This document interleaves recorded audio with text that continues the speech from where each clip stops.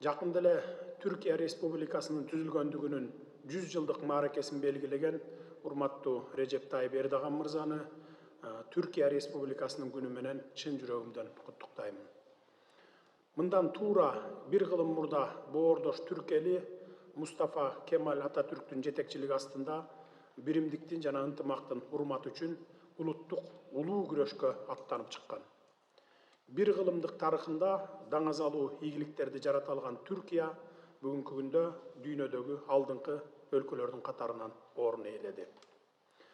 Учурдан пайдаланып, урматтуу Илхам Гейдарович Алиевди Карабах аймагындагы суверенитет орнотулгандыгы менен куттуктап кетүүгө уруксат этиңиздер. Кыргызстан эл аралык деңгээлде таанылган чек араларда Азербайжандын аймактык бүтүндүгү тууралуу позициясын туруктуу карманат. Кыргызстан жогорку мазмундуу деңгээлде бир катар маанилүү иш-чараларды уюштуруп, Түрк мамлекеттери уюмунун күн тартибин жигердүү илгерилеткен жана уюмдун алкагында ар кандай тармактардагы кызматташтыктын туруктуу өнүгүшүн камсыз кылган Өзбекстан Республикасынын уюмда жасалган төрагалыгынын жыйынтыктарын жогору баалайт. Биздин уюмдун ишине салттуу түрдө катышып жүргөн урматтуу Виктор Орбан мырза менен урматтуу Курбангулы Мяликулиевичке кайрылып, чын дилимден кош келиңиздер демекчимин.